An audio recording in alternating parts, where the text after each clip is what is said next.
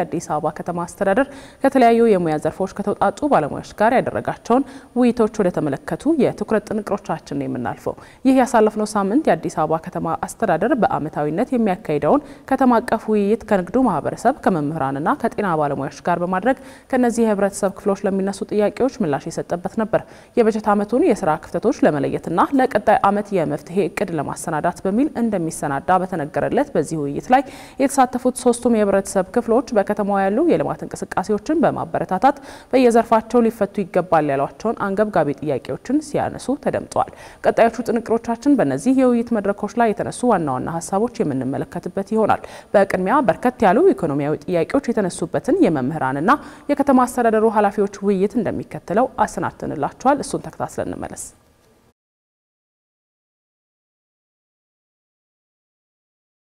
9-10 ዓመት ሰርተን ማስተርስ እንኳን ቢኖረን የምናገኘው ደግሞ 9-10 ሺህ ብር ነው።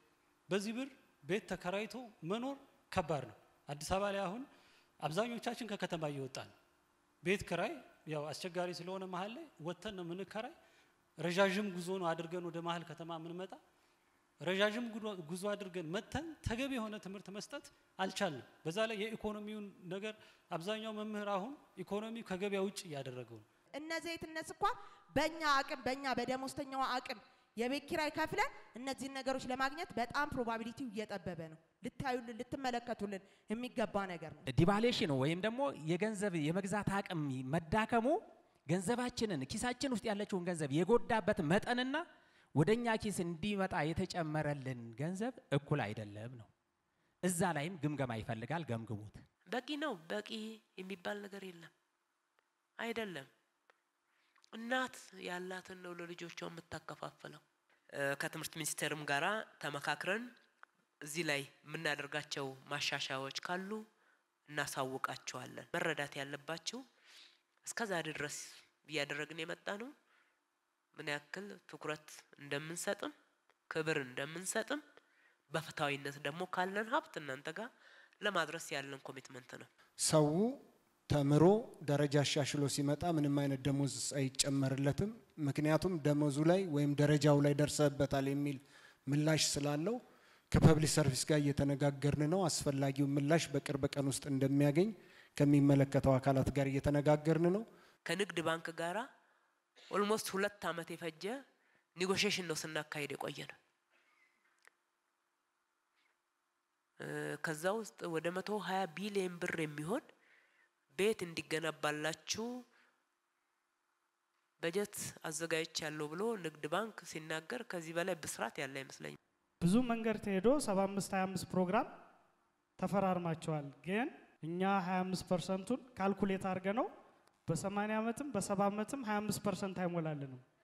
ሳንበላ ሳንጠጣ እንኳን እንቆጥብንል 50 አመትና 60 አመት ይፈጃል 25%ና እንደ ከተማ አስተዳደር ይሄንን መደገፍ ይችላሉ ብያምናለሁ። ክብርት ከንቲባ እንዴት ለቁጠባው እንዴት እናስችለው? ምን እናግዘው? ምን ብናደርግ መምሩ የኑሮ ውድነትን ተቋቁሞ ሊቆጥብና ይችን 25% ሊያሟላ ይችላል በሚለው ደረጃ ላይ ነጥብ ይዛችሁ እናንተ ብትወያዩበት። ቢቻል መንግስት ገንብቶ የመኖሪያ ቤቱን በኪራይ መልክ ቢሰጠን። ምክንያቱም አሁንም እድሉ መጥቶ 25% ከፈሉ ቢባል በጣም አስቸጋሪ ነው የሚሆነው። በልዩ ሁኔታ የመጀመሪያው ተደራይተው የቤት ባለቤት ይሁኑ ብሎ የወሰነው እኮ ለመምህራን ነው። 350 ማህበር ተደራይታቸዋል። ወደ 9000 የሚደርሰው ወደ ቁጠባ ስርዓት ገብቷል። እንትን ያለ ደግሞ መቆጠብ አልችልም በዚህ መደራጀት ሳያስከደኝም ያለ ደግሞ እንዳላችሁት ክራይ እናዘጋጃለን እንሰራለን። መምህራን አሁን ወደ አዲስ አበባ ላይ ወደ 40,000 ተጠግታቸዋል። የጤና ባለሙያ ወደ 32,000 ቤት ፈላጊ በሚሊዮን ነው ከተማችን ላይ ያለው። እንደናንተው ነው የሚጠይቀው። የ40,000ዎቹን ብቻ መልሰን ዝም ብንል ዝም የሚባል ይመስላችኋል? ፌርሊ ለሁሉም እንዴት እንመልስ ብለን ማሰብ መቻል አለብን። 25% እንዴት ይሟላ የሚለውን እናንተም ስሩ። እኛም አንዳንድ ፓኬጆች እናያለን። ዋናው ውሳኔው ነው። ያው በተሰጠን ከሊዝ ነፃ መሬት ሆስፒታል እየገነባን ነው። እንደ መምህራን ማህበር እየተገነባ ነው ያለው። ከተማ አስተዳደሩ ባለፈው ወደ 50 ሚሊዮን ብር ሰጥቶናል። ለሱና መሰግናለን። የትምህርት አካላትም አሁን እንትን ርብርብ እያደረግን ነው። ስለዚህ ከተማ አስተዳደሩ አሁንም ያው ካለው የኢኮኖሚ ጫና አንፃር ድጋፍ ቢያደርግልንና በተለይ መምህራን ሆስፒታሉ አልቆላቸው በነፃ ከነ ቤተሰቦቻቸው የሚታከሙበት እድል ቢመቻችላለሁ። ጤና መድን ያው መንግስት ፕሮጀክቱን የዘጋው ዝቅተኛ ገቢ ላላቸው የህብረተሰብ ክፍሎች ነው። መምህርስ እዛ ውስጥ ገባ አይደል እንዴ? ለላብራቶሪ ስንት ነው የሚጠየቀው? ለካርድ ስንት ነው የምንጠየቀው? ከባድ ሆኖብናል። እና የጤና ጉዳይ ግን ቢያንስ የጤና መድን እንኳን ቢያንስ ሆስፒታሉ ተሰርቶ እስከሚያልቅ ድረስ የጤና መድን አገልግሎት የምናገኝበት እድል ቢመቻችልን ቢያንስ በዚህ ብታግዙን በምትችሉት ነው። ከአቅማችሁ በላይ አንጠይቅም። ሀገር ያለችበት ሁኔታ እናውቃለን። ግን ደግሞ እናንተም ትንሽ ተንቀሳቀሱ። ደግሞ እንደ ሀገር ነው የሚሰራው። አዲስ አበባ ብቻ ነው እንደሚሰራው።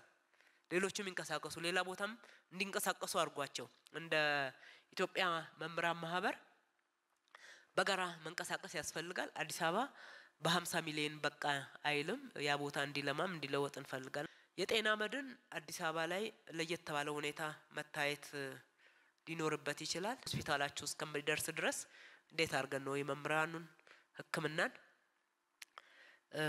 ከከተማው አቅም ባገናዘበ መንገድ መሸፈን የሚቻለው የሚለውን ከጤና ቢሮ ጋር ተነጋግረን እሱን ምላሽ እንሰጣችኋለን። ምንም እንከን የለም። እኔ ባለውበት ትምህርት ቤት አዋጅ 56 2010 ያግዘናልኛ። አይነ ሱራን መምህራን ወይም አይነ ሱራን ሰው ረዳት ይቀጠርላቸው ይላል።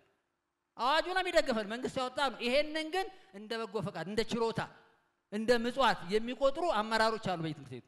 በዚህ የተነሳ ያለ ረዳት የሚሰሩ ወንድሞቼ እህቶች አሉ። በትልቅ ቻሌንጅ ውስጥ ይሄ መብታችን ነው። መብታችን ለምነን ማግኘት የለብንም።